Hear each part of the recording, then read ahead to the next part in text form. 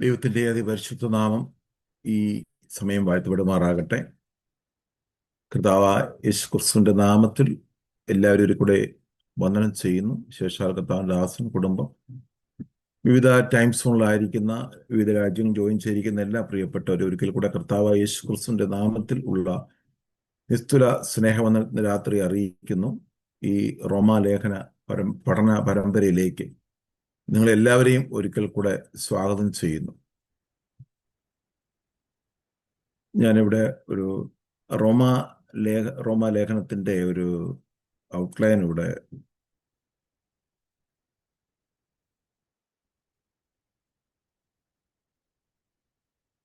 നിങ്ങളെ എക്സ്പ്ലെയിൻ ചെയ്യാനായിട്ട് ആഗ്രഹിക്കുന്നു. അപ്പോസ്തലനായ പൗലോസ് റോമിലെ സഭയ്ക്ക് എഴുതിയ ഈ ലേഖനം AD 57-58 കാലഘട്ടമാണ് എന്ന് ചരിത്രം പറയപ്പെടുന്നു. കോരിന്തിൽ തൻ്റെ മൂന്നാമത്തെ മിഷണറി യാത്രയോടനുബന്ധിച്ചാണ്, അവിടെ 3 മാസം താമസിച്ച സമയത്താണ് ഈ ലേഖനം എഴുതിയത്. ഇതിൻ്റെ നമ്മൾ English calendar January to March AD 57 എന്നാണ് പറയപ്പെടുന്നത്. ഈ സഭയുടെ ഉത്ഭവം ഇവിടെ ഇത് പത്രോസോ പൗലോസോ സ്ഥാപിച്ച ഒരു സഭയല്ല. പക്ഷെ ഇവിടെ ഇതിൻ്റെ ചരിത്ര ഏടുകൾ പറയപ്പെടുന്നത് പെന്തക്കോസ് നാളിൽ യെരുശലേമിൽ കൂടി വന്നിരുന്ന ആൾക്കാർ, റോമിൽ നിന്ന് വന്ന ആൾക്കാർ അവിടെ ഈ സുവിശേഷം കേൾക്കുകയും മാനസാന്തരപ്പെടുകയും പത്രോസിന്റെ കയ്യാൽ സ്നാനപ്പെട്ട ഒരു വിഭാഗം ആൾക്കാർ റോമിൽ ചെന്നിട്ട് സ്ഥാപിച്ച സഭയെന്നാണ് ചരിത്രം പറയപ്പെടുന്നത്. അതിനകത്ത് ജാതികളാണ് ഈ റോമാ സഭയിൽ കൂടുതലുള്ളത്. യഹൂദന്മാരും ഉണ്ടായിരുന്നു. അപ്പോസ്തല പ്രവൃത്തി 18 അധ്യായം നമ്മൾ പഠിച്ചതാണ്. അവിടെ അക്വിലാസും പ്രിസ്കില്ലയും അവര് ക്ലൗദിയസ് ചക്രവർത്തി റോമാ നഗരം വിട്ടുപോകണമെന്ന് പറയുമ്പോൾ അവര് ഇവിടെ നമുക്കറിയാം എഫെസോസിൽ പൗലോസിനോടൊപ്പം ജോയിൻ ചെയ്യുന്നതായിട്ട് നമുക്ക് കാണുവാനായിട്ട് കഴിയും. അപ്പൊ അവിടെ റോമാലേഖനം 16 അധ്യായത്തിൽ പൗലോസ് കുറെ പേരെ വന്ദനം ചെയ്യുന്നുണ്ട്. അവിടെ ഒത്തിരി പേരെ പറയുന്നുണ്ട്. ഒരുപക്ഷെ ഇവരൊക്കെ ഈ സഭയുടെ ആരംഭ കാലഘട്ടത്തിൽ ഉള്ളവരായി പറയപ്പെടുന്നു. എന്നാൽ വ്യക്തമായ രേഖകൾ നമുക്ക് ലഭിച്ചിട്ടില്ല എന്നുള്ളതാണ് ഇതിൻ്റെ ഒരു സത്യം എന്ന് പറയുന്നത്. എങ്കിലും അവർ തന്നെ ആയിരിക്കാം സ്ഥാപിച്ചതെന്നാണ് കൂടുതലും വേദശാസ്ത്ര പണ്ഡിതന്മാർ അഭിപ്രായപ്പെടുന്നത്. ഇതിൻ്റെ മെയിനായിട്ടുള്ള കീ വാക്യം എന്ന് പറയുന്നത് റോമാലേഖനം 1-ാം അധ്യായം 16-ഉം 17-ഉം 3-ാം അധ്യായം 20-ഉം 21-ഉം വാക്യങ്ങളാണ് ഇതിൻ്റെ കീ വേഴ്സസ് ആയിട്ട് കാണുന്നത്. നമ്മളിന്നെ പഠിക്കുമല്ലോ, ഞാൻ അതുകൊണ്ട് അത് എക്സ്പ്ലെയിൻ ചെയ്യുന്നില്ല.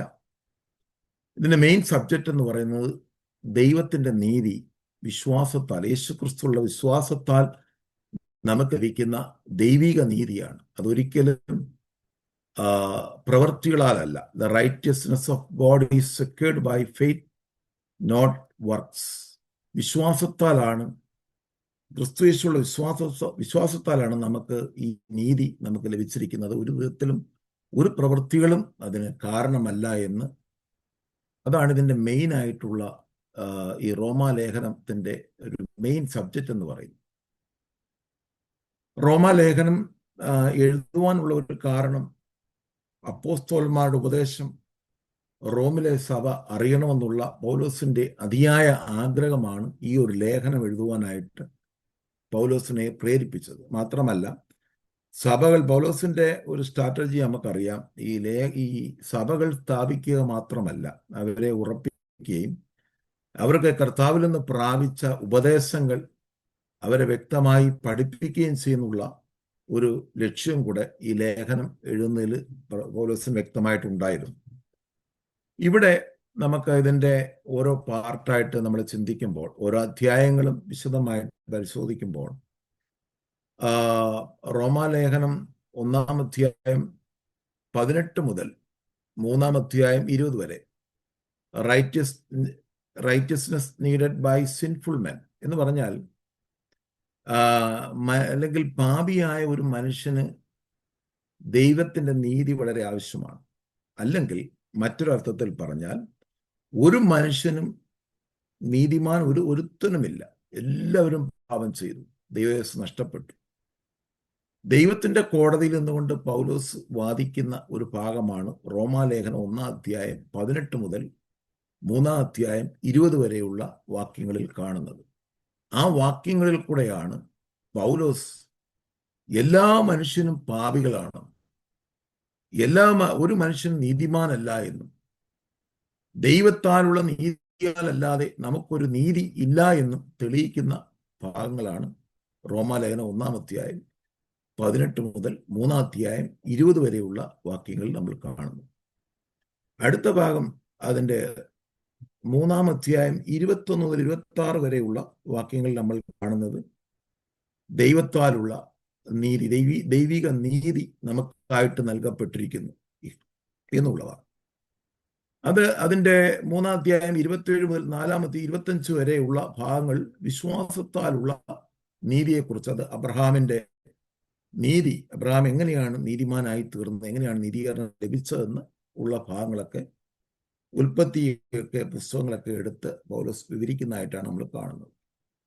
അടുത്ത് നമ്മൾ കാണുന്നത് റോമാലേഖനം 5-ാം അധ്യായം 1 മുതൽ അതിൻ്റെ 8-ാം അധ്യായം 17 വരെയുള്ള വാക്യങ്ങൾ. Righteousness experienced in the soul, നമ്മുടെ ദേഹിയിൽ എങ്ങനെയാണ് ദൈവത്തിൻ്റെ നീതി നമ്മൾ അനുഭവിക്കുന്നതെന്നും അത് എങ്ങനെയാണ് അത് നീതിയായി വെളിപ്പെടുന്നത് എന്നുള്ള ഭാഗങ്ങളാണ് അവിടെ വിശദീകരിക്കപ്പെടുന്നത്. അടുത്തത് റോമാലേഖനം 8-ാം അധ്യായം 18 മുതൽ 39 വരെയുള്ള വാക്യങ്ങളിൽ ദൈവത്തിൻ്റെ നീതിയാൽ നമുക്ക് ലഭിക്കുന്ന നിത്യമായ അനുഗ്രഹങ്ങൾ, പെർമനന്റ് ആയിട്ടുള്ള blessing, righteousness guaranteed as permanent blessing. ദൈവത്തിൽ നിന്നുള്ള സ്ഥിരം, ഒരിക്കലും ഈ ലോകത്തിലെ അനുഗ്രഹങ്ങളെ കുറിച്ചല്ല അവിടെ പറയുന്നത്, നിത്യമായ ഒരിക്കലും നശിക്കാത്ത എറ്റേണൽ ആയിട്ടുള്ള ബ്ലെസ്സിങ്, അത് ദൈവത്തിൻ്റെ നീതിയാലാണ് ഒരു മനുഷ്യൻ ലഭിക്കുന്നത്. ആ നീതിയല്ലാതെ അത് യേശു ക്രിസ്തുവിൽ കൂടെയുള്ള നീതിയാണ് അവിടെ വെളിപ്പെടുത്തുന്നത്. പിന്നീട് തുടർന്നങ്ങോട്ട് റോമാലേഖനം 9-ാം അധ്യായം തൊട്ട് റോമൻ 11 വരെ യഹൂദന്മാർ ഈ ദൈവത്തിൻ്റെ നീതിയെ നിഷേധിക്കുന്നതായിട്ടാണ് ആ 3 അധ്യായങ്ങൾ നമ്മൾ കാണുന്നത്. അവർ സ്വന്തം നീതി സ്ഥാപിച്ചുകൊണ്ട് ദൈവത്തിൻ്റെ നീതിയെ അവർ നിഷേധിച്ചു. Righteousness rejected by the Jewish nation, അതാണ് 9, 10, 11 അധ്യായങ്ങളിൽ നമ്മൾ കാണുന്നത്. അതുപോലെ അവസാന അധ്യായങ്ങൾ 12 മുതൽ 16 വരെ നമ്മുടെ righteousness manifested in practical life, നമ്മുടെ പ്രായോഗിക ജീവിതത്തിൽ ദൈവത്തിൻ്റെ നീതി നമുക്ക് എങ്ങനെ വെളിപ്പെടുത്താം എന്ന് ഓരോ അധ്യായങ്ങളിൽ കൂടെ വിവരിക്കുകയാണ് പൗലോസ്. 16 അധ്യായം എത്തുമ്പോൾ പൗലോസ് അവരെ അഭിവാദനം ചെയ്തുകൊണ്ട്, ഗ്രീറ്റിംഗ്സ് ചെയ്തുകൊണ്ട് ഈ ലേഖനം അവസാനിപ്പിക്കുന്നതായിട്ടാണ് നമുക്ക് മനസ്സിലാക്കുവാനായിട്ട് കാണുന്നത്.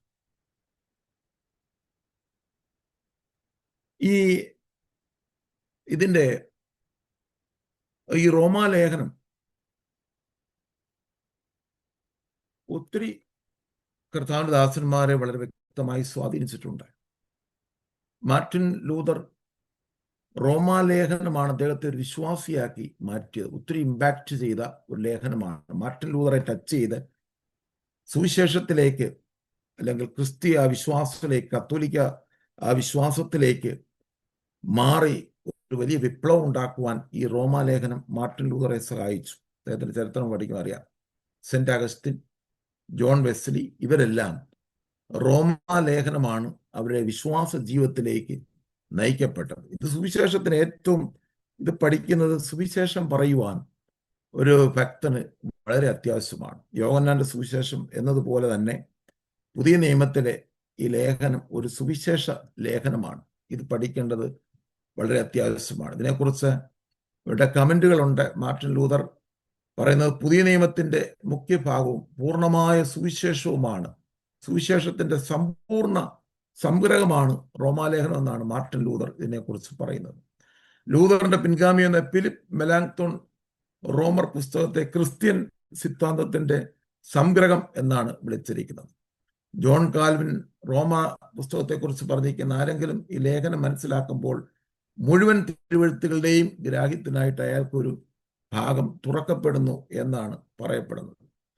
19-ാം നൂറ്റാണ്ടിലെ സ്വിസ് ദൈവശാസ്ത്രജ്ഞ ഫ്രെഡറിക് ഗോഡറ്റ് റോമർ പുസ്തകത്തെ ക്രിസ്ത്യൻ വിശ്വാസത്തിന്റെ കത്തീഡ്രൽ എന്നാണ് വിളിച്ചിരിക്കുന്നത്. പുതിയ നിയമത്തിലെ എല്ലാ ലേഖനവും വെച്ച് ഏറ്റവും ചലനാത്മകമായ പുസ്തകമാണ് റോമാലേഖനം എന്ന് റിച്ചാർഡ് ലെൻസ്കി എഴുതിയിട്ടുണ്ട്. എന്നാൽ അപ്പോസ്തലനായ പത്രോസ് തന്റെ 2 പത്രോസ് 3-ാം അധ്യായം 15-16 വരെ അദ്ദേഹം തന്നെ വിശേഷിപ്പിച്ചിരിക്കുന്നത് പറയുന്നത്, നമ്മുടെ പ്രിയ സഹോദരൻ പൗലോസ് തനിക്ക് ലഭിച്ച ജ്ഞാനമനുസരിച്ച് നിങ്ങൾക്ക് കിട്ടിയിട്ടുണ്ട്. അതിലെ ലേഖനങ്ങളെല്ലാം ഗ്രഹിക്കുവാൻ വളരെ പ്രയാസകരമാണ് എന്നാണ് അപ്പോസ്തലനായ പത്രോസ് പൗലോസിനെ പറ്റി വ്യക്തമായിട്ട് പറയുന്നത്. ഈ കാര്യങ്ങളൊക്കെ നമുക്ക് ഒരു ആമുഖമായിട്ട് ഇൻട്രഡക്ഷനായിട്ട് നമ്മോട് പറയുവാൻ ആഗ്രഹിക്കുന്നു. ഇന്ന് നമ്മൾ ചിന്തിക്കുന്ന 1-ാം പാർട്ട് 1-ാമത്തെ ചാപ്റ്റർ 1 ആണ്. അതിൽ 4 ഭാഗങ്ങളായിട്ടാണ് ഇന്ന് രാത്രി ചിന്തിപ്പിക്കുക. 1-ാം അധ്യായം അതിൻ്റെ 1 മുതൽ 7 വരെയുള്ള വാക്യങ്ങൾ ഒരു ഇൻട്രൊഡക്ഷനും അതിൻ്റെ ഗ്രീറ്റിംഗ്സ് അങ്ങനെയാണ് വേർതിരിച്ച് ചിന്തിക്കുന്നത്. അതിൻ്റെ 1-ാം അധ്യായം 8 മുതൽ 15 വരെയുള്ള വാക്യങ്ങളിൽ പൗലോസ് റോം വിസിറ്റ് ചെയ്യുവാൻ ആഗ്രഹിക്കുന്നു. എന്തുകൊണ്ട് റോമിലേക്ക് പോകണം എന്നുള്ള പൗലോസിന്റെ ഡിസയർ അല്ല, എൻ്റെ ആഗ്രഹം എന്താണെന്ന് ആ ഭാഗങ്ങളിലാണ് വെളിപ്പെടുത്തുന്നത്.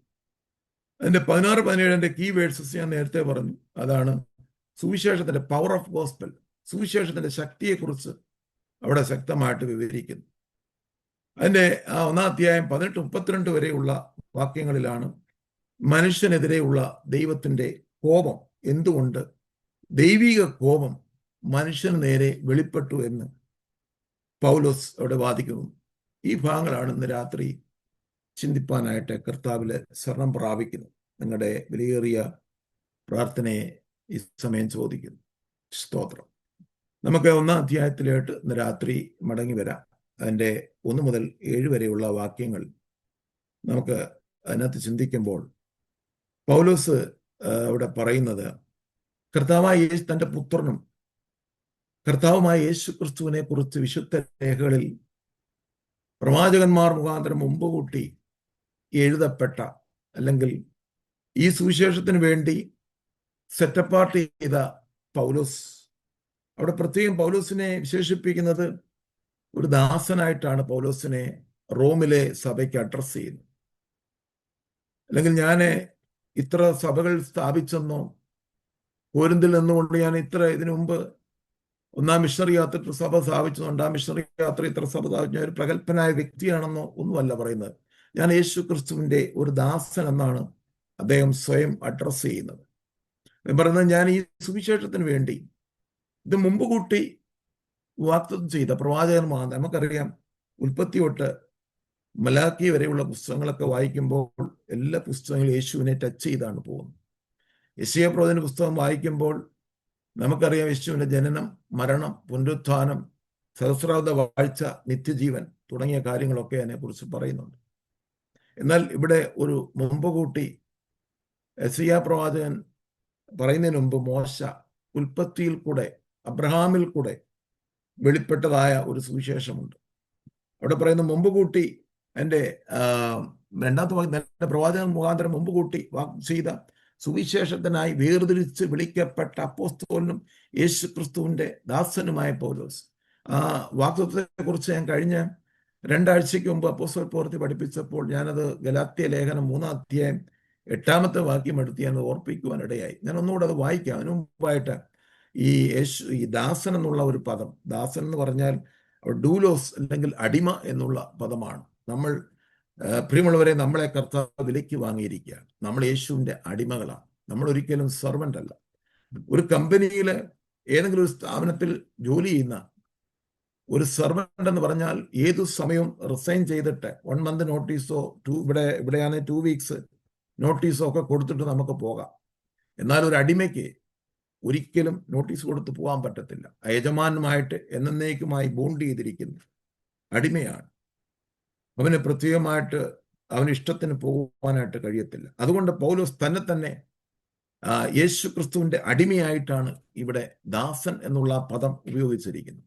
ഗലാത്യ ലേഖനത്തിൽ പറഞ്ഞ്, ഞാൻ യേശുവിന്റെ ഒരു ചൂടടയാളം എൻ്റെ ശരീരത്തിൽ വഹിക്കുന്നു. അത് ഓർപ്പിക്കുന്നത് അടിമയെ ഈ ചുട്ടി കുത്തുന്ന പോലെ അടിമയുടെ ഒരു അടയാളമായിട്ട് ദേഹത്ത് കൊണ്ടു കിടക്കുന്ന പോലെ യേശുവിൻ്റെ ഒരു ചൂടടയാളം എൻ്റെ ശരീരത്തിൽ വഹിക്കുന്ന പറഞ്ഞാൽ യേശുവിൻ്റെ ഞാൻ അടിമയാണെന്നുള്ള ഒരു വലിയ അതായത് ക്രിസ്തുവിൻ്റെ ഇമേജാണ് പൗലോസ് വെളിപ്പെടുത്തുവാനായിട്ട് ഇവിടെ ആഗ്രഹിക്കുന്നത്. ഈ കാലഘട്ടത്തിൽ നമുക്ക് വേണ്ടത് ക്രിസ്തുവിൻ്റെ ഇമേജാണ്. ക്രിസ്തുവിൻ്റെ ഇമേജ് എന്ന് പറയുന്നത് ദാസരൂപമാണ്, സെലിബ്രിറ്റി രൂപമല്ല യേശുവിൻ്റെ രൂപം. യേശുവിൻ്റെ രൂപം എന്ന് പറയുന്നത് ദാസരൂപമാണ്. ആ രൂപം എടുത്താണ് പൗലോസ് തൻ്റെ 3 മിഷണറി യാത്രകളും ചെയ്ത് മുഴുവൻ ഏഷ്യ മൈനർ, യൂറോപ്പും എല്ലാവരും റോമാ സാമ്രാജ്യം മുഴുവൻ യേശുവിനെ പറ്റി പറയുവാനായിട്ടും സുവിശേഷം ശക്തമായി പ്രചരിപ്പിക്കുവാൻ ആ കർത്താവിൻ്റെ ദാസനെ ദൈവം ഉപയോഗിക്കുവാനിടയായി തീർന്നു.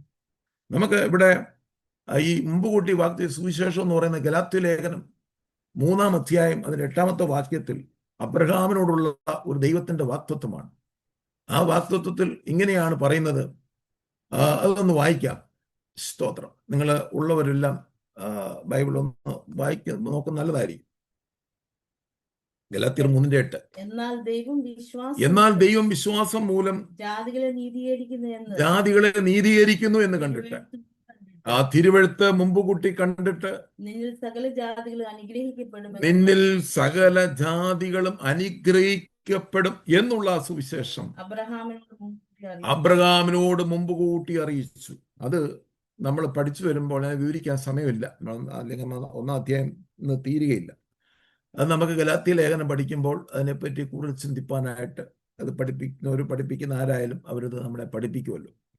അവിടെ പറയുന്ന ഗലാത്യ ലേഖനത്തിൽ അത് പറയുന്നുണ്ട്, നിന്നിൽ സകല ജാതികൾ, നിന്റെ സന്തതി മുഖാന്തരം ഭൂമി മുഴുവൻ അനുഗ്രഹിക്കപ്പെടും. ആ സന്തതി എന്ന് പറയുന്നത് യേശു ക്രിസ്തുവിനെ പറ്റിയാണ് പറയുന്നത്. സന്തതി എന്ന അനേകരെ കുറിച്ചല്ല, ക്രിസ്തു എന്ന ഏകനെ കുറിച്ചാണ് പറയുന്നത്. 3-ാം അധ്യായം 3-ാം അധ്യായം അതിൻ്റെ 16-ാമത്തെ വാക്യം, ആ വാക്യത്തിലാണ് ക്രിസ്തുവിനെ അവിടെ വെളിപ്പെടുത്തുന്നത്. വായിച്ചാട്ടെ. എന്നാൽ അബ്രഹാമിനും അവന്റെ സന്തതിക്കും വാഗ്ദത്തങ്ങൾ ലഭിച്ചു.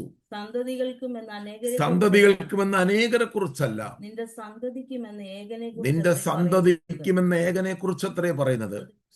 അത് ക്രിസ്തു തന്നെ. പൗലോസിന് ദൈവം വെളിപ്പെടുത്തി കൊടുത്താണ്. വെളിപ്പാടുകൾ എന്ന് പറയുന്നത് പുതുതായിട്ട് എവിടുന്നോ പൊട്ടിമുളച്ചു വന്നതല്ല. ഉൽപ്പത്തി നമ്മൾ ദൈവം തന്ന ഈ പഴയ നിയമ പുസ്തകങ്ങൾ അവർക്ക് റിവീൽ ചെയ്ത് കൊടുക്കുകയാണ് ദൈവം ചെയ്തത്. ആ പുസ്തകങ്ങൾ, അതിൽ കൂടെയാണ് യേശു ദൈവമാണെന്നും യേശു ദൈവത്തിൻ്റെ പുത്രനാണെന്നും യേശു ക്രിസ്തുവാണെന്നും ഒക്കെ പൗലോസ് ഇവർക്ക് തെളിയിച്ചു കൊടുത്തത്. ആമേൻ. അത് ദൈവം വെളിപ്പെടുത്തി കൊടുത്തതാണ്. അല്ലാതെ പ്രത്യേകിച്ച് പൗലോസിന്റെ ഒരു തിയറിയോ സിദ്ധാന്തമായിട്ടല്ല നമ്മൾ ഇതിനെ മനസ്സിലാക്കേണ്ടത്. ദൈവം തൻ്റെ ആത്മാവാൽ വെളിപ്പെടുത്തിയ കാര്യങ്ങളാണ്.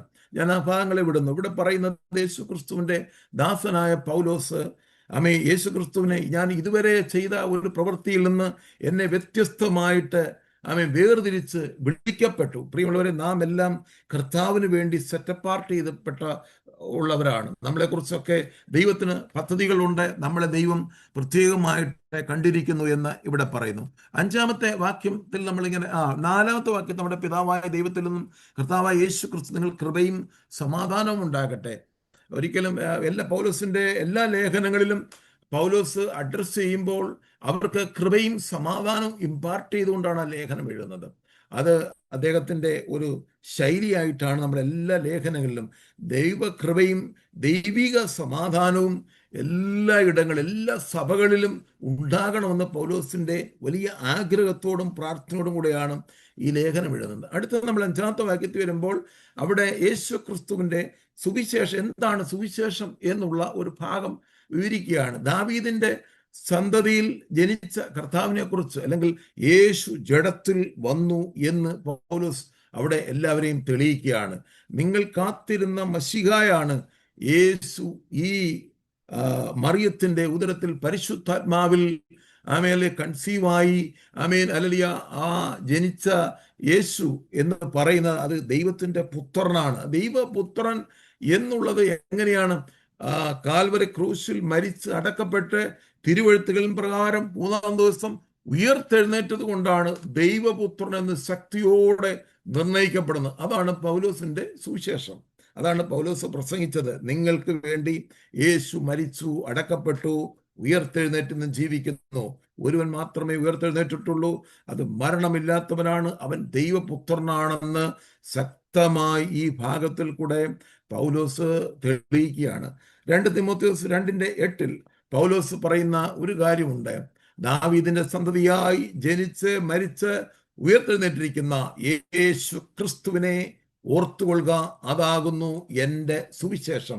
അതിനുവേണ്ടിയാണ് ഞാൻ ഈ ചങ്ങല ധരിച്ച് ദുഷ്പ്രവർത്തിക്കാരനെ പോലെ ആയിരിക്കുന്നതെന്ന് പൗലോസ് 2 തിമോഥെയോസ് റോമിലെ തന്റെ അവസാന കാരാഗൃഹവാസത്തിൽ രക്തസാക്ഷിയാകുന്നതിന് മുമ്പായിട്ട് അവസാന ഭാഗങ്ങളിൽ AD 67 എഴുതുന്നതായിട്ടുള്ള ആ ലേഖനം നമുക്ക് അവിടെ വായിക്കുവാനായിട്ട് കഴിഞ്ഞ് ഞാനത് ഇവിടെ വായിക്കുന്നില്ല, സമയ ചുരുക്കം മൂലം. ഇവിടെ പറയുന്നത് അവന്റെ നാമത്തിനായിട്ട്, എൻ്റെ 6-ാമത്തെ വാക്യം, അവന്റെ നാമത്തിനായി സകല ജാതികളുടെ ഇടയിൽ വിശ്വാസത്തിന്റെ അനുസരണം വരുത്തേണ്ടതിന് കൃപയും അപ്പോസ്തോലത്വവും പ്രാപിച്ചത്. പൗലോസ് പറയാണ്, ഞാൻ ഈ അപ്പോസ്തോൽഷിപ്പും ദൈവത്തിന്റെ കൃപയും എൻ്റെ മേൽ അത് ഞാൻ പ്രാപിക്കുവാൻ ഉള്ള കാരണം നിങ്ങളെ ഈ സുവിശേഷത്തിൽ വിശ്വാസത്തിന്റെ ഒരു അനുസരണം വരുത്തണം എന്ന് പറഞ്ഞാൽ, നമ്മൾ കർത്താവിനെ വിശ്വസിക്കുക മാത്രമല്ല, കർത്താവിനെ അനുസരിക്കുവാൻ കൂടെ നമ്മൾ ബാധ്യസ്ഥരാണ് എന്നുള്ള ഒരു കാര്യം കൂടെ പൗലോസ് ഈ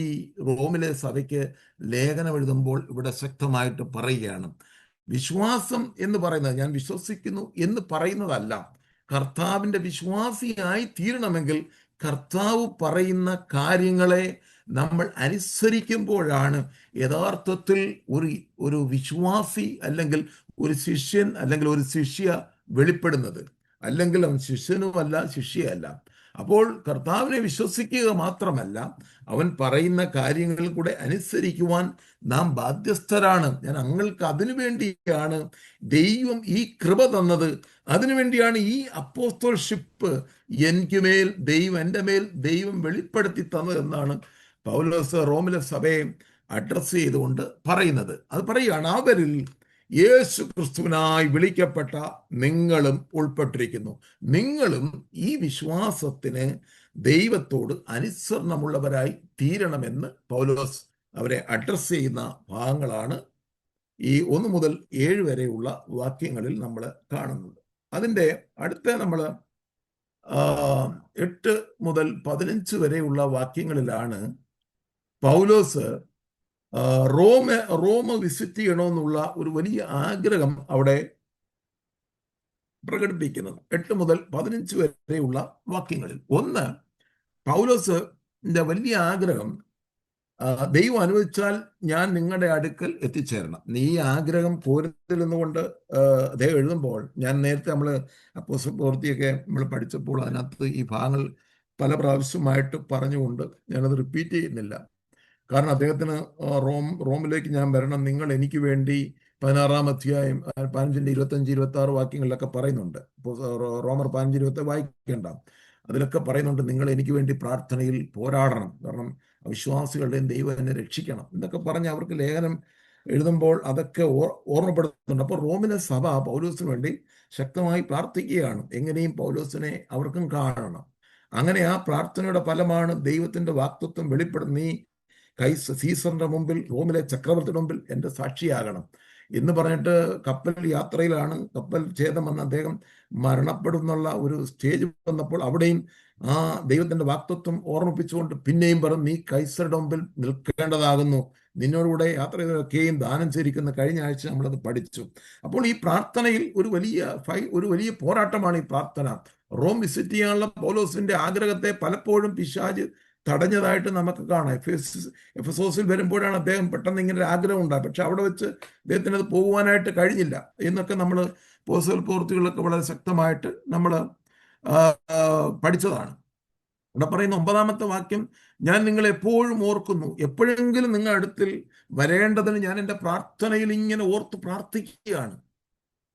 ഇത്ര വെളിപ്പാടും ഇത്ര കൃപയുള്ള ഒരു ദൈവദാസൻ പറയുകയാണ്, ഇനിയും എനിക്ക് ഇനിയും പ്രാർത്ഥിക്കുകയാണ്.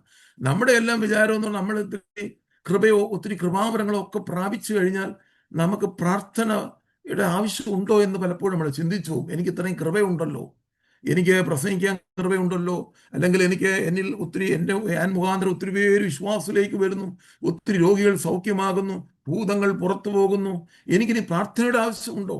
പലപ്പോഴും ഇവിടെ പൗലോസ് പറയുകയാണ്, ഞാൻ എൻ്റെ പ്രാർത്ഥനയിൽ ഞാൻ പോരാടുകയാണ്, നിങ്ങളെ ഒന്ന് കാണണം.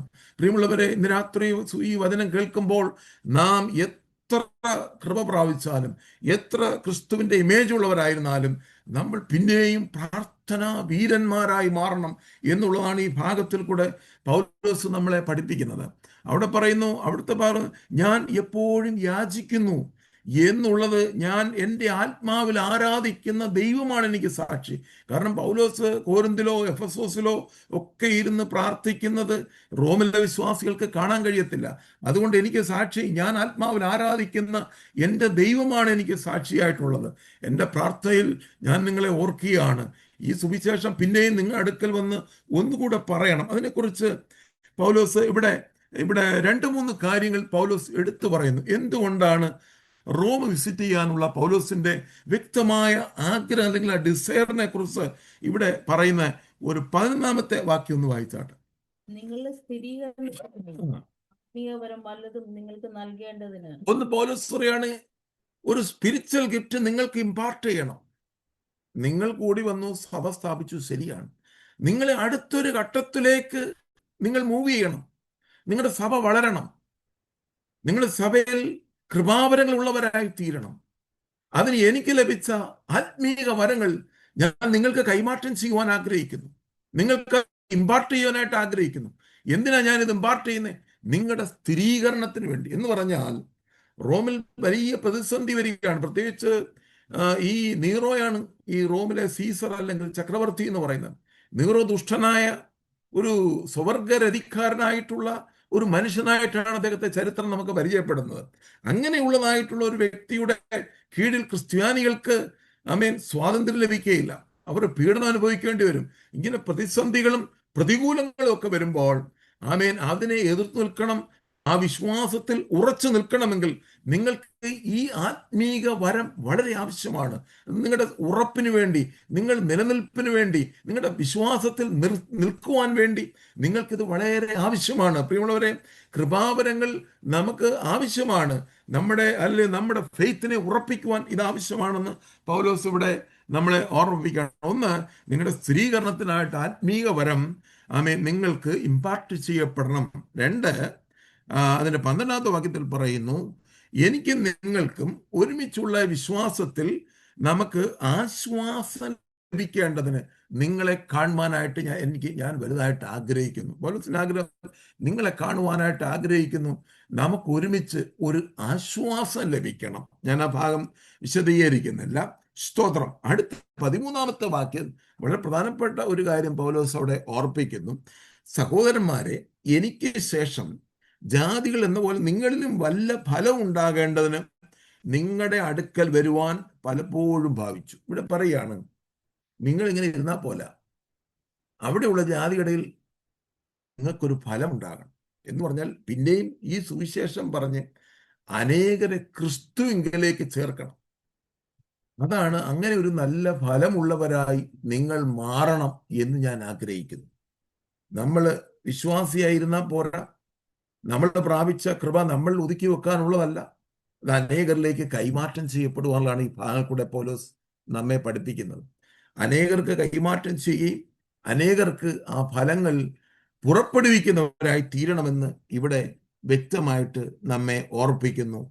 അടുത്ത 14-ാമത്തെ വാക്യത്തിൽ, യവനന്മാർക്കും ബർബരന്മാർക്കും ജ്ഞാനികൾക്കും ബുദ്ധിഹീനർക്കും ഞാൻ കടക്കാരനാകുന്നു. അവിടെ പറയുന്ന ഇതാണ്, യവനന്മാർ, ബർബർമാർ, അല്ലെങ്കിൽ സംസ്കാരമുള്ളവരും സംസ്കാരമില്ലാത്ത. ബർബർമാർ അൺസിവിലൈസ്ഡ് ആൾക്കാരാണ്. കോരിന്തിലുള്ളവർ മിക്കവാറും ബർബരന്മാരാണ്. അദ്ദേഹത്തിന്റെ ഈ ഒരു വാക്കുകളാണ് അദ്ദേഹത്തെ കഴിഞ്ഞ ആഴ്ച നമ്മൾ ദ്വീപിൽ മാൾട്ടയിൽ ചെന്നപ്പോൾ അവിടെയുള്ള ബർബർമാരോടൊക്കെ സുവിശേഷം പറയുകയും അനേകരുകളെ സൗഖ്യമാക്കുവാനായിട്ട് ദൈവോടെ ഉപയോഗിക്കുകയും ചെയ്തു. ഒരുപക്ഷെ കോരിന്തിൽ നിന്ന് എഴുതുമ്പോൾ അദ്ദേഹത്തിന്റെ ഉള്ളുണ്ടായിരുന്ന പാഷൻ അത് ദൈവം അവിടെ ഫുൾഫിൽ ചെയ്യുന്നതായിട്ട് നമുക്ക് മനസ്സിലാക്കുവാനായിട്ട് കഴിയും.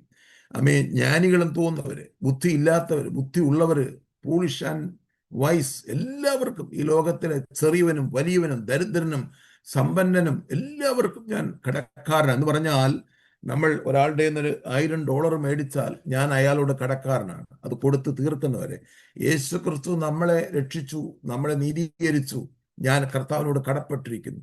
ആ കടം തീർക്കുന്നത് മറ്റുള്ളവരെ ഈ വിശ്വാസത്തിൽ കൊണ്ടുവരുമ്പോഴാണ് ഞാൻ എൻ്റെ കടം മാറ്റിയെടുക്കുന്നത് എന്നാണ് പൗലോസ് ഇവിടെ വ്യക്തമായിട്ട് പറയുന്നത്. അതുകൊണ്ട് റോമിലുള്ള നിങ്ങളോടും ഈ സുവിശേഷം അറിയിക്കുവാൻ ഞാൻ ഒരുങ്ങി, ഞാൻ വളരെ പ്രിപ്പയർഡാണ്, നിങ്ങൾ പ്രാർത്ഥിക്കണം എന്ന് പറഞ്ഞാണ് ഈ 15 വരെയുള്ള ഭാഗങ്ങൾ പൗലോസ് ഇവിടെ അവസാനിപ്പിക്കുന്നത്. 16, 17 വരുമ്പോഴാണ് സുവിശേഷത്തിൻ്റെ ശക്തിയെക്കുറിച്ച്, പവർ ഓഫ് ഗോസ്പലിനെ കുറിച്ച് നമ്മൾ പറയുന്നത്. നിങ്ങളെല്ലാം ഈ ഭാഗങ്ങളൊക്കെ വായിക്കുമ്പോൾ ഒരുപാട് പ്രസംഗങ്ങളും ഒക്കെ ഈ ഭാഗത്തിൽ കൂടെ കേട്ടിട്ടുണ്ട്. പൗലോസ് പറയാണ്, ഞാൻ സുവിശേഷത്തെക്കുറിച്ച് എനിക്ക് ഒരു ലജ്ജയുമില്ല.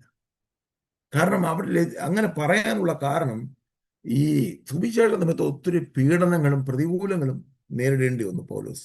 ഒത്തിരി നമുക്കറിയാം. അത് 2 കൊരിന്ത്യർ 11 ഈ 27, 26 ഇങ്ങനെ വാക്കിൽ എഴുതുമ്പോൾ അദ്ദേഹത്തിന്റെ കഷ്ടാനുഭവങ്ങളുടെ ഒരു വലിയ നീണ്ട നിര അവിടെ എഴുതുന്നുണ്ട്.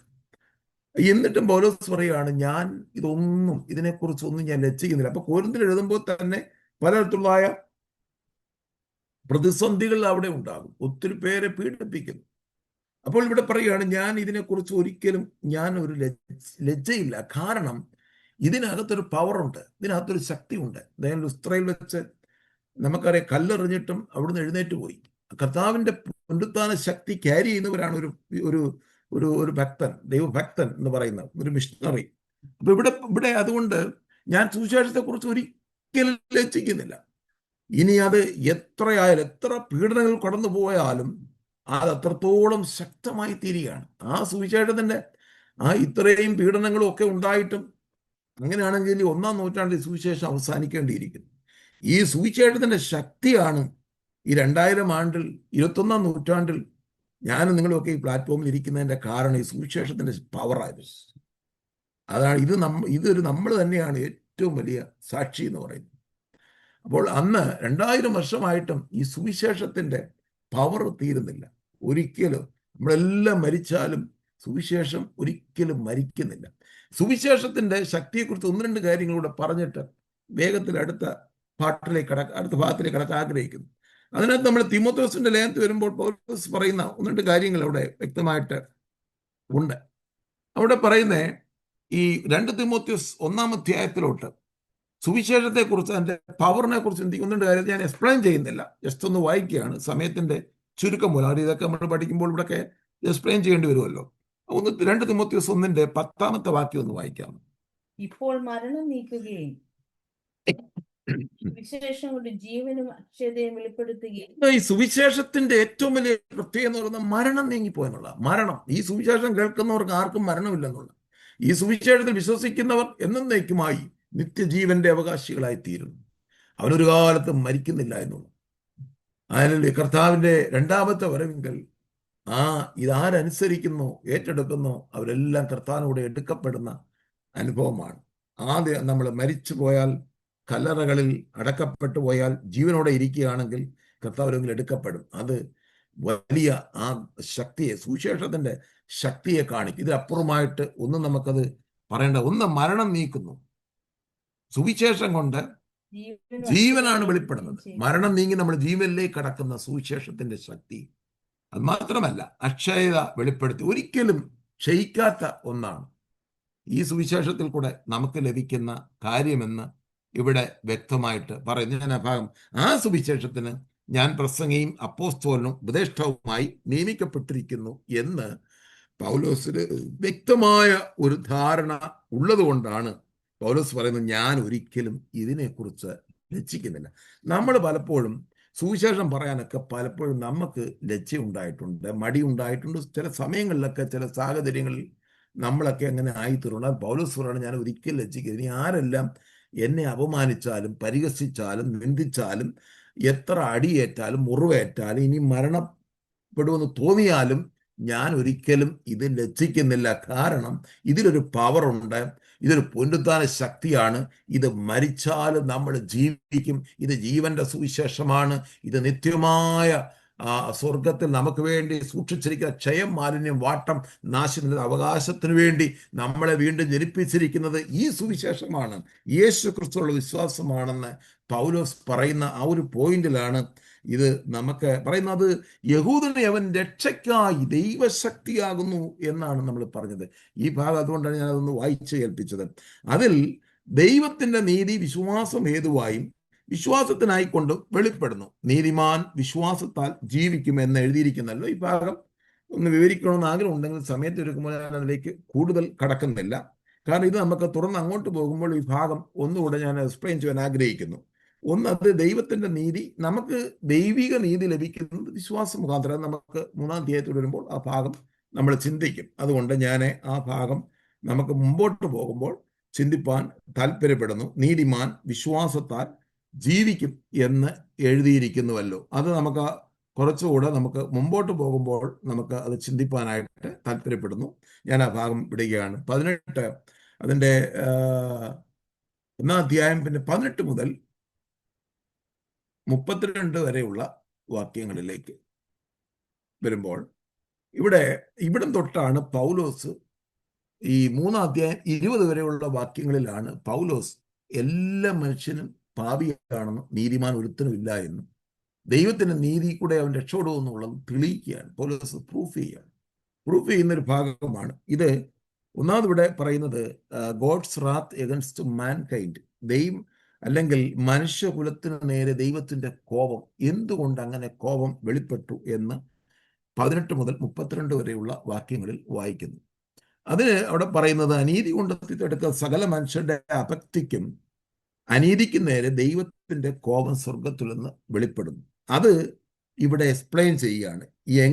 എന്താണ് അനീതി, എന്താണ് അപക്തി, എന്തുകൊണ്ട് ദൈവത്തിന്റെ കോപം മനുഷ്യന്റെ മേൽ വന്നു എന്നുള്ള കാര്യങ്ങളാണ് താഴോട്ട് വെളിപ്പെടുന്നത്. ഒന്ന്, പൗലോസ് പറയുന്നത് ഈ നമ്മൾ 2-3 കാര്യങ്ങൾ ഇവിടെ ന്യായപ്രമാണത്തിന് മുമ്പുള്ള ഒരു യുഗമുണ്ട്, ന്യായപ്രമാണ യുഗം. അതിന് യേശുക്രിസ്തുവിന്റെ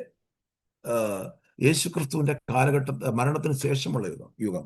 3 യുഗങ്ങളായിട്ട് 3-4 യുഗങ്ങളായിട്ട് യുഗങ്ങൾ ഒത്തിരി ഉണ്ട്. ആദാമ യുഗം, അബ്രഹാം, ഇങ്ങനെ യുഗങ്ങൾ ഉണ്ടെങ്കിൽ തന്നെയും നമ്മൾ ഒന്നുകൂടെ സിമ്പിളായിട്ട് മനസ്സിലാക്കുന്നത് ന്യായപ്രമാണത്തിന് മുമ്പൊരു യുഗം, ആ ന്യായപ്രമാണത്തിന് ശേഷമുള്ളൊരു യുഗം.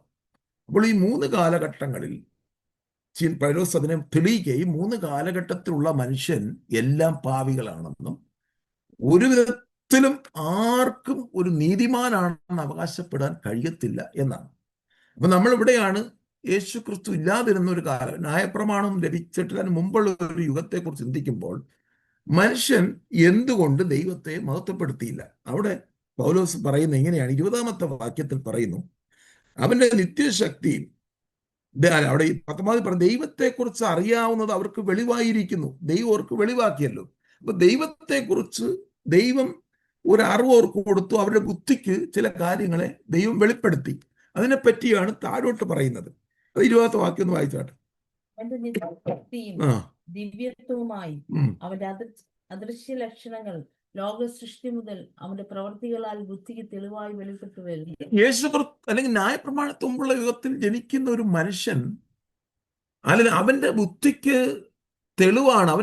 അവൻ എന്തുകൊണ്ട് ചിന്തിക്കുന്നില്ല ഒരു അദൃശ്യനായ ദൈവം ഉണ്ടെന്നും അല്ലെങ്കിൽ ഒരു നിത്യമായ ശക്തി ഉണ്ടെന്നും ഈ സകല പ്രപഞ്ചത്തെയും അതിൻ്റെ എല്ലാ സോളാർ സിസ്റ്റത്തെയും കംപ്ലീറ്റ് ആയിട്ട് നിയന്ത്രിക്കുന്ന ഒരു അദൃശ്യ ശക്തി ഉണ്ട് എന്ന് അവന്റെ ബുദ്ധിക്ക് വെളിപ്പെട്ടിട്ടും അതിനെ നിരസിച്ചു കളഞ്ഞു എന്നാണ് ഇവിടെ എഴുതിയിരിക്കുന്നത്.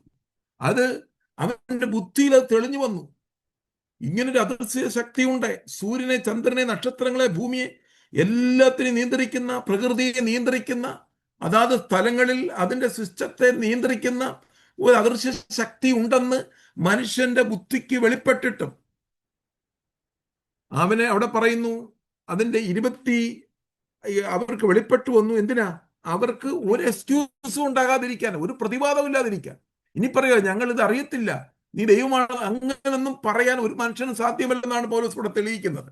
അവിടെ പറയുന്നു 21-ാമത്തെ വാക്യം, അവർ ദൈവത്തെ അറിഞ്ഞു, ദൈവത്തെ മനസ്സിലാക്കി. ഇങ്ങനൊരു പവർ ഉണ്ട്, ഒരു ശക്തി ഉണ്ട്, പ്രപഞ്ചത്തെ നിയന്ത്രിക്കുന്നതായിട്ടുള്ള ഒരു നിത്യമായ, ഒരു എറ്റേണൽ ആയിട്ടുള്ള ഒരു അദൃശ്യമായ ശക്തി ഉണ്ട് എന്നവർ മനസ്സിലാക്കിയിട്ടും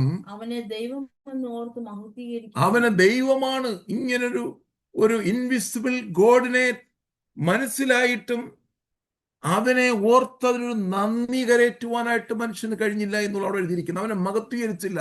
ആ ദൈവത്തെ ഗ്ലോറിഫൈ ചെയ്യാതെ, നന്ദി കാണിക്കുകയോ ചെയ്യാതെ ആ തങ്ങളുടെ നിരൂപണങ്ങളിൽ വ്യർത്ഥരായി തീർന്നു. ആമേൻ, ഇത്രയും ബുദ്ധിയെല്ലാം ജ്ഞാനം കൊടുത്തിട്ടും അവൻ അവൻ്റെതായ ചില ഇമേജുകൾ, ചില കോട്ടകൾ കെട്ടിവെച്ച് അവന്റെ നിരൂപണങ്ങളിൽ അവൻ വ്യർത്ഥരായി തീർന്നു എന്നാണ് അവിടെ എഴുതിയിരിക്കുന്നത്. അവരുടെ വിവേകമില്ലാത്ത ഹൃദയം അവരുടെ വിവേകമില്ലാത്ത ഹൃദയം ഇരുണ്ടുപോകുവാൻ ഇടയായി തീർന്നു.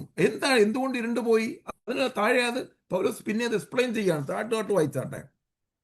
ജ്ഞാനികൾ എന്ന് പറഞ്ഞുകൊണ്ട് എന്ന് പറഞ്ഞുകൊണ്ട് അവർ മൂഢരായി പോയി. ജ്ഞാനികളാണ് ഞങ്ങൾ, ബുദ്ധിമാന്മാരാണ്. പക്ഷേ നമുക്കറിയാലോ, എത്രയോ ബുദ്ധിമാന്മാർ, എത്രയോ സയന്റിസ്റ്റുകൾ ചന്ദ്രനിൽ അല്ലെങ്കിൽ ഇവിടെ റോക്കറ്റ് ഉണ്ടാക്കുന്ന ആൾക്കാർ പോലും നമുക്കറിയാം വിഗ്രഹങ്ങളുടെ മുമ്പിൽ നിന്ന് തൊഴുതിട്ടാ പോകും. ഞാൻ ആരെയും ഇത് ചെയ്യല്ല, നമുക്ക് പരസ്യമായിട്ട് പറയല്ല. ഫേമസ് ആയിട്ടുള്ള ISROയുടെ ചെയർമാൻ പോലും പോയിട്ട് വിഗ്രഹത്തെ മുമ്പിൽ നമസ്കരിച്ചിട്ട് പോവുകയാണ്. ഞാൻ ആ ഭാഗം, നിങ്ങൾ അതൊക്കെ ന്യൂസൊക്കെ വായിച്ചിട്ടുണ്ടാകും. സ്തോത്രം. ISRO ചെയർമാൻ സോമനാഥ്, അദ്ദേഹം ആലപ്പുഴക്കാരനാണ്. കേരളത്തിൽ വന്നിട്ട് ഏതോ അമ്പലത്തിൽ പോയി തൊഴിലിട്ട് പോവുകയാണ്. ഇത്രയും ബുദ്ധി ജ്ഞാനവും കൊടുത്തിട്ട് ദൈവത്തിന്റെ ശക്തിയും ഇതുപോലുള്ള സാധനങ്ങൾ, റോക്കറ്റുകൾ അന്യഗ്രഹങ്ങളിലേക്ക് പോകുവാൻ തക്കവണ്ണം, മറ്റ് പിന്നെ അല്ലെങ്കിൽ ഈ ഇതിനെയൊക്കെ വിക്ഷേപിക്കുവാനുള്ള ജ്ഞാനം അവന് കൊടുത്തിട്ടും, ഇത്രയൊക്കെ ബുദ്ധി കൊടുത്തിട്ടും ഇതിനെയൊക്കെ നിയന്ത്രിക്കുന്ന ഒരു ശക്തിയെക്കുറിച്ച് മനസ്സിലാക്കാതെ മനുഷ്യൻ സൃഷ്ടിച്ച ക്ഷയമുള്ള പക്ഷി, ഇഴജാതി, നാൽക്കാലി എന്നിവയുടെ രൂപസാദൃശ്യങ്ങളെ ആരാധിക്കുന്ന തരത്തിൽ അധപ്പതിച്ചു പോയി എന്നാണ് ഇവിടെ പൗലോസ് എഴുതിയിരിക്കുന്നത്. അവിടെ പറയുന്നത് അക്ഷയനായ, ഒരിക്കൽ നശിക്കാത്ത ഈ ദൈവിക തേജസ്സിനെ അവർ നശിച്ചു പോകുന്ന മനുഷ്യൻ, പക്ഷി, നാൽക്കാലി, ഇഴജാതി എന്നിവയുടെ രൂപസാദൃശ്യമാക്കി മാറ്റിക്കളഞ്ഞു. സൃഷ്ടിച്ചവനേക്കാൾ ഈ സൃഷ്ടികളെ അവർ ആരാധിച്ചു പോകുന്നു. അതാണ് ദൈവത്തിന്റെ ഒന്നാമത്തെ കോപം ഇവരുടെ മേൽ വരാനുള്ള കാരണം എന്ന് പറയുന്നത്. എന്ന് പറഞ്ഞാൽ ദൈവത്തെ അതിൻ്റെ പരിജ്ഞാനത്തിൽ അണ്ടർസ്റ്റാൻഡ് ചെയ്യുവാനായിട്ട് ഇവർക്ക് കഴിയാതെ പോയി എന്നുള്ളതാണ്. ഇവർക്ക് എല്ലാ ബുദ്ധിയും ഉണ്ട്. ചന്ദ്രനിൽ പോകാം, ഇനി ചൊവ്വയിൽ പോകാൻ പോകുന്നു. ഇതെല്ലാം ചെയ്തിട്ടും ആമേൻ, നിനക്ക് ഇങ്ങനൊരു ദൈവം ഉണ്ട് എന്ന് നീ എന്തുകൊണ്ട് അന്വേഷിച്ചില്ല? അതുകൊണ്ട് ഒരു മനുഷ്യനും ആ കാലഘട്ടത്തിൽ രക്ഷയില്ല. ഈ കാലഘട്ടത്തിൽ യേശുക്രിസ്തു കൂടെ അല്ലാതെ ഒരു നീതിയില്ല. അതാണ് ദൈവം വെച്ചിരിക്കുന്ന സിസ്റ്റം. അത് നമ്മൾ പിന്നീട് മനസ്സിലാക്കുമല്ലോ. ഇത് ആ കാലഘട്ടത്തിൽ ആദിമ യുഗത്തെക്കുറിച്ചാണ് പറയുന്നത്. അവിടെ ഒന്നും മനുഷ്യന് രക്ഷയില്ല എന്ന് പൗലോസ് റോമിലെ സഭയോട് ഇത് തെളിയിക്കുകയാണ്. അതുകൊണ്ട് ദൈവം എന്ത് ചെയ്തു? അവരുടെ ഹൃദയങ്ങളിൽ സ്വന്തം ശരീരങ്ങളെ തമ്മിൽ അവമാനിക്കേണ്ടതിന് അശുദ്ധിക്ക് ഏൽപ്പിച്ചു കൊടുത്തു. ആ ഒരു പോയിന്റ് പറയൂടെ, താഴോട്ടുള്ള ഭാഗങ്ങൾ നമ്മളത് വായിച്ചാൽ, സാധാരണഗതിയിൽ അത് വായിച്ചാൽ മതി. അതിന് ഞാൻ അവിടെ എക്സ്പ്ലെയിൻ ചെയ്യുന്നില്ല. ദൈവം എന്തുകൊണ്ട് ഇങ്ങനെയുള്ള നികൃഷ്ട ബുദ്ധിക്ക് മനുഷ്യനെ വിട്ടുകൊടുത്തു? ദൈവത്തെ അതിൻ്റെ മഹത്വത്തിൽ നമ്മൾ ആരാധിച്ചില്ല എങ്കിൽ, അവൻ്റെ മഹത്വം അറിഞ്ഞ് അവനെ പരിജ്ഞാനത്തിൽ ധരിച്ചില്ല എങ്കിൽ, ദൈവം മനുഷ്യനെ നികൃഷ്ട ബുദ്ധിക്ക് ഏൽപ്പിച്ചു കൊടുക്കുവാൻ ഇടയായിത്തീരും. അതുകൊണ്ടാണ് ഹല്ലേലൂയ, ആണാണോട്, പെണ്ണോട് ഇങ്ങനെയുള്ളതായിട്ടുള്ള ആമേൻ അവലക്ഷണങ്ങൾ, അപമാന രാഗങ്ങളിൽ അവരെ ഏൽപ്പിച്ചു. നമുക്കറിയാം, സോദോം ഗൊമോറും ചരിത്രങ്ങൾ നമുക്കറിയാം. അവിടെയുള്ള ആ പശ്ചാത്തലങ്ങൾ നമുക്കറിയാം. എന്തുകൊണ്ട് ദൈവം ഇവിടെ ഹൃദയങ്ങളെ ദൈവം ഇങ്ങനെ ഒരു ദുഷ്പ്രവർത്തിക്കായിട്ട് അവരെ വിട്ടുകൊടുത്തു? ദൈവത്തെ അറിഞ്ഞിട്ടും ദൈവം ഓർത്തവർക്ക് മഹത്വീകരിക്കുവാൻ കഴിയില്ല. ഇന്നും ദൈവത്തെ ആരാധിക്കുവാൻ കഴിയാതെ, ദൈവത്തെ മനസ്സിലാക്കുവാൻ ഇന്നും ശ്രമിക്കാതിരിക്കുന്നത് കൊണ്ടാണ് ദൈവം ഇങ്ങനെയുള്ള നികൃഷ്ട ബുദ്ധിക്ക്, സെയിം സെക്സ് മാരേജ്, ഇങ്ങനെയുള്ളതായിട്ടുള്ള റിലേഷൻഷിപ്പ്, ഇതിനൊക്കെ ദൈവം വിട്ടുകൊടുക്കുന്നത്. ഈ റോമൻ ചക്രവർത്തിയായിരുന്ന നീറോ ഇങ്ങനെ ഒരു മനുഷ്യനായിരുന്നു എന്നാണ്. അതും കൂടെ ഒക്കെ പൗലോസ് മനസ്സിലാക്കിക്കൊണ്ട് തന്നെയാണ് ഈ ഭാഗങ്ങളൊക്കെ എഴുതുന്നത്. ഇതിവിടെയാണ് നമ്മുടെ സുവിശേഷത്തിന്റെ പ്രസക്തി. ഇവിടെയാണ് ഇവരിലെ വിടുവിച്ച്, ഈ നിത്യ നരകത്തിലേക്ക് പോകാനിരിക്കുന്ന മനുഷ്യനെ വിടുവിച്ച് നിത്യജീവനിലേക്ക് കൊണ്ടുപോകുവാനുള്ള ഒരു ആഹ്വാനം, ആ സുവിശേഷത്തിന്റെ പവറിനെ കുറിച്ച് റോമിലെ സഭയ്ക്ക് പറയുകയാണ്. നിങ്ങൾ ഇങ്ങനെ പോയിട്ട് അവരോട് പറയണം, അവർക്ക് ഒരു നല്ല ഫലം നിങ്ങളിൽ ഉണ്ടാകണം, അവരെ അവിടുന്ന് വിടുവിക്കണം. അതിന് ദൈവം നിങ്ങളെ കണ്ടിരിക്കുന്നു.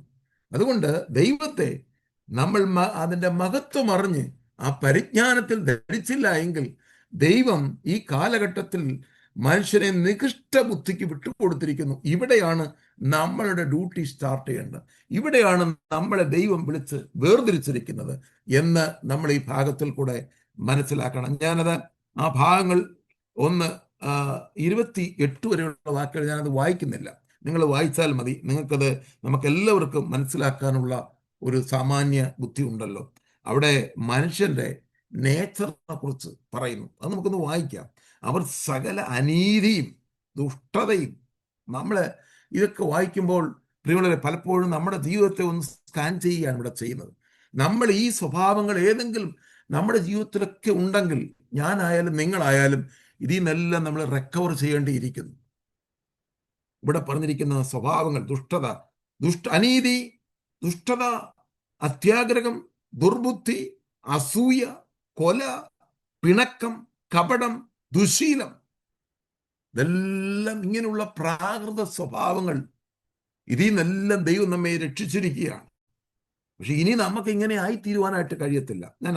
കുരളക്കാർ, ഏഷണിക്കാർ, ദൈവദേശികൾ, നിഷ്ഠൂരന്മാർ, ഗർവിഷ്ഠന്മാർ, ആത്മപ്രശംസക്കാർ. ഈ ഭാഗങ്ങൾ നമ്മൾ വായിക്കുമ്പോൾ നമ്മളെല്ലാവരും ഒരുവിധം നമുക്കിത് അണ്ടർസ്റ്റാൻഡ് ചെയ്യാൻ കഴിയും. ഞാൻ ഇത് എക്സ്പ്ലെയിൻ ചെയ്യേണ്ട കാര്യമില്ല. ആത്മപ്രശംസക്കാർ, സെൽഫ് ബൂസ്റ്റിങ്, പുതുദോഷം സങ്കല്പിക്കുന്നവർ, മാതാപിതാക്കളെ അനുസരിക്കാത്തവർ, ബുദ്ധിഹീനർ, നിയമലംഘികൾ എന്ന് പറഞ്ഞാൽ അൺട്രസ്റ്റ് വർത്തി, ഇൻവോൾവിങ്, അൺമേഴ്സിഫുൾ, ഇങ്ങനെയുള്ളതായ തുടങ്ങിയ വാത്സല്യമില്ലാത്തവർ, കനിവറ്റവർ, ഇങ്ങനെയുള്ളതായിട്ടുള്ള ഈ ഒത്തിരി ദുർസ്വഭാവങ്ങളെ കുറിച്ച് പൗലോസ് ഇവിടെ എക്സ്പ്ലെയിൻ ചെയ്യാം. ഇതെല്ലാം മനുഷ്യന്റെ സ്വഭാവമാണ്, മനുഷ്യന്റെ സിൻഫുൾ നേച്ചറാണ്. നിനക്കൊരിക്കലും നീ ഒരു നീതിമാനാണെന്ന് ഒരിക്കലും അവകാശപ്പെടാൻ കഴിയത്തില്ല. നീതിയിൽ അടങ്ങിയിരിക്കുന്ന ഇങ്ങനെയുള്ള ക്യാരക്ടറുകളാണ് ഒരു മനുഷ്യനിൽ ഉണ്ടായിരിക്കുന്നത്. ആദാം ഏദൻ തോട്ടത്തിൽ പാപം ചെയ്തതിനു ശേഷം തോട്ടത്തിൽ പുറത്താക്കപ്പെട്ട മനുഷ്യനിൽ കണ്ടു തുടങ്ങിയതായിട്ടുള്ള ക്യാരക്ടറുകളാണ് ഇവിടെ. ഈ വക പ്രവർത്തിക്കുന്നവർ മരണയോഗ്യർ. ഇതൊരു മനുഷ്യനിൽ ഉണ്ടെങ്കിൽ അവൻ ഒരിക്കലും പിതാവിൻ്റെ അടുത്ത് എത്തുവാൻ കഴിയത്തില്ല. അവൻ മരണയോഗ്യനാണ്. ഇതാണ് ഈ സുവിശേഷത്തിന്റെ ഇത് വായിക്കുമ്പോഴാണ് നമുക്ക് രക്ഷയിലേക്ക് പോകണമെന്നുള്ള ഒരു വലിയ ആഗ്രഹം ഉണ്ടാകും. അതുകൊണ്ട് ഇത് വായിച്ചിട്ടാണ് മാർട്ടിൻ ലൂതറും ജോൺ കാൽവിനും സെന്റ് അഗസ്റ്റിനും ഒക്കെ ഈ രക്ഷയുടെ അനുഭവത്തിലേക്ക്, ജോൺ വെസ്ലിയും ഒക്കെ ഈ രക്ഷ അനുഭവത്തിലേക്ക് വരുവാനായിട്ട് ഇടയായി തീർന്നത്. ഈ വക പ്രവർത്തിക്കുക മരണ ദൈവന്യായം അവർ അറിഞ്ഞിട്ടും ഇതെല്ലാം പ്രവർത്തിക്കുക മാത്രമല്ല, പ്രവർത്തിക്കുന്നവരിൽ പ്രസാദിക്കുക, അവരെ എൻകറേജ് ചെയ്യുകയും ചെയ്യുന്നു. ഭയങ്കര ശിക്ഷയാണ്. ഇങ്ങനെയുള്ള കാര്യങ്ങളൊക്കെ ചെയ്യുന്നത് മാത്രമല്ല, ചെയ്യുന്നവരെ അവരിൽ പ്രസാദിക്കുക. ഞാൻ പറഞ്ഞിങ്ങനെ ഈ നിയമങ്ങൾ കൊണ്ടുവരുന്ന ഏത് ഭരണാധികാരികളായാലും, ഇപ്പം സെയിം സെക്സ് മാരേജോ ഇങ്ങനെയുള്ളതായ നിയമങ്ങൾ ഇംപ്ലിമെന്റ് ചെയ്യുന്ന, അതിനെ സപ്പോർട്ട് ചെയ്യുന്ന അധികാര തലങ്ങളിൽ ഇരിക്കുന്നവർക്ക് പോലും മരണയോഗ്യരാണ്. അവർക്കെല്ലാം ശിക്ഷാവിധി ഉണ്ട്, ഒരിക്കലും ഒഴിഞ്ഞു പോകാൻ പറ്റത്തില്ല എന്ന് ഇവിടെ രേഖപ്പെടുത്തുകയാണ്. അതുകൊണ്ടാണ് ഈ സുവിശേഷത്തിന് ഇത്രയും പ്രാധാന്യമുള്ളത്. ഇന്നിവിടെ ഈ ഭാഗം, ഈ 1-ാം അധ്യായം ഇവിടെ അവസാനിക്കുകയാണ്. നമ്മൾ ചിന്തിച്ച ഭാഗങ്ങളൊക്കെ നമ്മളൊന്ന് അവലോകനം ചെയ്യുമ്പോൾ ഈ 1-ാം അധ്യായത്തിൽ നമ്മൾ ഇനി ഈ 18-3-20 വരെയാണ് പൗലോസ് തെളിയിക്കുന്നത് ഒരു മനുഷ്യൻ നീതിമാനല്ല എന്നുള്ളത്. ഇപ്പോൾ മനുഷ്യനെ ഇനി ഇങ്ങോട്ട് 2-ാം അധ്യായത്തോട്ട് വന്നിട്ട് പിന്നെ യഹൂദനെ എടുക്കുമ്പോൾ അവനും നീതിമാനല്ല എന്ന് തെളിയിക്കുന്നത്. അങ്ങനെയാണ് ഇത് പൗലോസ് 3-20 വരെയുള്ള വാക്യങ്ങൾ തെളിയിക്കുന്നത്. ഞാനിവിടെ നിർത്തുകയാണ്. പൗലോസ് എന്തുകൊണ്ട് റോമ സന്ദർശിക്കുന്നു, എന്താണ് അദ്ദേഹത്തിന്റെ പ്ലാനുകൾ? ഒരു മനുഷ്യൻ നീതിമാനല്ല, മനുഷ്യൻ ടോട്ടലി അവൻ സിൻഫുൾ നേച്ചർ ഉള്ളവനാണ് എന്നൊക്കെ പൗലോസ് ഈ ഭാഗങ്ങളിൽ കൂടെ ശക്തമായിട്ട് വിവരിക്കുന്നതായിട്ട് നമുക്ക് കാണുവാനായിട്ട് കഴിയും. പ്രിയമുള്ളവരെ, ഇന്ന് രാത്രി ഈ 1-ാം അധ്യായം അവസാനിക്കുമ്പോൾ നമുക്ക് ഈ സുവിശേഷത്തിന്റെ ഒരു പ്രാധാന്യത്തെക്കുറിച്ച് ഇന്ന് രാത്രി മനസ്സിലാക്കിയിട്ട് വേണം ഞാൻ നിങ്ങളെല്ലാവരും കടന്നു പോകാനായിട്ട്. ഈ ഭാഗങ്ങൾ ഇന്ന് രാത്രി ദൈവം നമ്മളെ അങ്ങനെ ഓർമ്മിപ്പിക്കുന്നു. ദൈവം നമ്മളെ അനുഗ്രഹിക്കട്ടെ. തുടർമാനമായി പിന്നെയും അടുത്ത ആഴ്ച നിങ്ങൾ 2-ാം അധ്യായം ഒന്ന് വായിച്ചിട്ട് വന്നാൽ കുറച്ചുകൂടെ നമുക്ക് ഈസി ആയിട്ട് അത് അണ്ടർസ്റ്റാൻഡ് ചെയ്ത് മുമ്പോട്ട് പോകാനായിട്ട് കഴിയുമെന്ന് ഞാൻ പൂർണ്ണമായി വിശ്വസിക്കുന്നു. പ്രാർത്ഥനയെ ചോദിക്കുന്നു. ദൈവം നമ്മളെ ധാരാളമായി അനുഗ്രഹിക്കട്ടെ. ഞാൻ വാക്കുകൾക്ക് വിരാമം കുറിക്കുന്നു. God bless you.